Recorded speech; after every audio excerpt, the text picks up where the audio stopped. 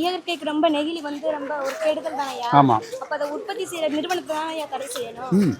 உற்பத்தி நிறுவனங்கள்லமா நெகிழியினுடைய பயன்பாடுன்றது 2 விதமாக இருக்குது. பிளாஸ்டிக்கினுடைய தன்மையினுடைய திக்னஸ் இருக்குது பாரு, அது இவ்வளோ மைக்ரான் இருக்கணும்னு இருக்குது. அந்த மைக்ரான் இப்போ ஒரு 0.5 மைக்ரான் மேலே இருக்குதுன்னு வச்சுக்கோ, அது உனக்கு பெரிய பிரச்சனை இல்லை.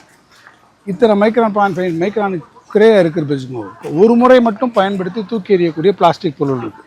பை நீ போனீங்கன்னா இதில் உணவு பொருளெல்லாம் கேரி பேக் இருக்குது, அதெல்லாம் ஒரு முறை பயன்படுத்திட்டு தூக்கி போடுறது.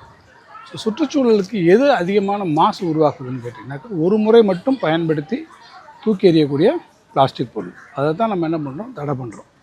தடை பண்ணி அப்போ அதுக்கு ஒரு மாற்று வேணும் இல்லையா. அதுக்காக தான் மீண்டும் பழைய காலத்து மாதிரி நம்ம துணிப்பைகள் மஞ்சப்பைகள் ஈஸியாக டிகிரேட் ஆகக்கூடிய பொருட்களை நம்ம பயன்படுத்தணும். பிளாஸ்டிக் பொருட்கள் என்பது ஒட்டுமொத்தமாக நீங்கள் பிளாஸ்டிக்கினுடைய பயன்பாடு நமக்கு பல விதத்தில் இருக்குது. அறிவியல் கருவிகளை உருவாக்குறதுலையும் பிளாஸ்டிக்கோட பயன்பாடு. எனவே ஒரு முறை பயன்படுத்திருக்கக்கூடிய இந்த பிளாஸ்டிக்கை நம்ம உபயோகமே பண்ணக்கூடாது. நான் சொன்னதுபடி அதனுடைய திக்னஸ் மைக்ரான்ன்ற ஒரு அளவில் அதை நம்ம அளவிடுவோம்.